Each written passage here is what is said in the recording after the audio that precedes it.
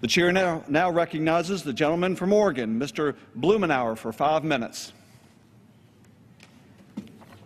Speaker, for more than 70 years, our government has followed the most spectacular failure in policy since the disastrous 13-year experiment with the prohibition of alcohol. 43 years ago, the National Commission on Marijuana and Drug Abuse released a report finding that the federal ban on marijuana is unjustified and inappropriate. Yet, for most of that time, federal policy has been frozen in amber. Countless lives have been ruined for the use of a substance that a majority of Americans now think should be legal. Untold billions of dollars have been spent on a failed effort at prohibition, and still 25 million adults use it every month. Despite a finding in federal law that marijuana is a Schedule I controlled substance with no therapeutic value, 213 million Americans live in 34 states and the District of Columbia where medical marijuana is recognized and legal in some form, and over 1 million people use it as medicine. In 1996, voters in California marked a significant change in course when they legalized medical marijuana with a vote of the people, and almost 3 dozen states have followed.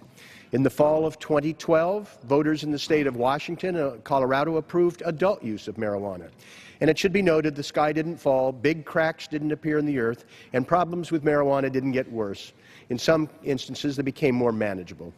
For the federal government, the tide continues to turn. Last session of Congress had 6 successful votes on the floor of the House to rationalize our foolish policies, including reining in federal enforcement and opening opportunities for legal industrial hemp cultivation.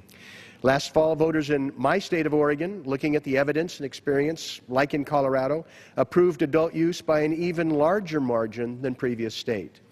The marijuana reform train has left the station, and it's time for the federal government to redouble its efforts at developing policies that work. Congressman Jared Polis and I will reintroduce this week our legislation to establish a federal framework to end the failed federal prohibition. It will pave the way for states to chart their own course, to legalize, tax, and regulate marijuana according to what individual states want to do, just like they do with alcohol. We will save tens of billions of dollars in failed enforcement, incarceration, and lost revenues. We will choke off a profit center for drug cartels that have been enriched by our failed policies. And we will make it easier to enforce laws to keep marijuana out of the hands of our children and have money for government services rather than waste money on failed policy, arresting people for something that a majority of Americans now think should be legal. For those of us who've worked in this field for years, it's an exciting time. My legislation will deal with the taxation of marijuana, and we look forward to refining it to be able to have the tax at a proper level to support government services, but also reasonable enough to choke off black market supply. It's time for us to enter a new era of marijuana policy for research, protecting our children, for economic development, and individual liberties.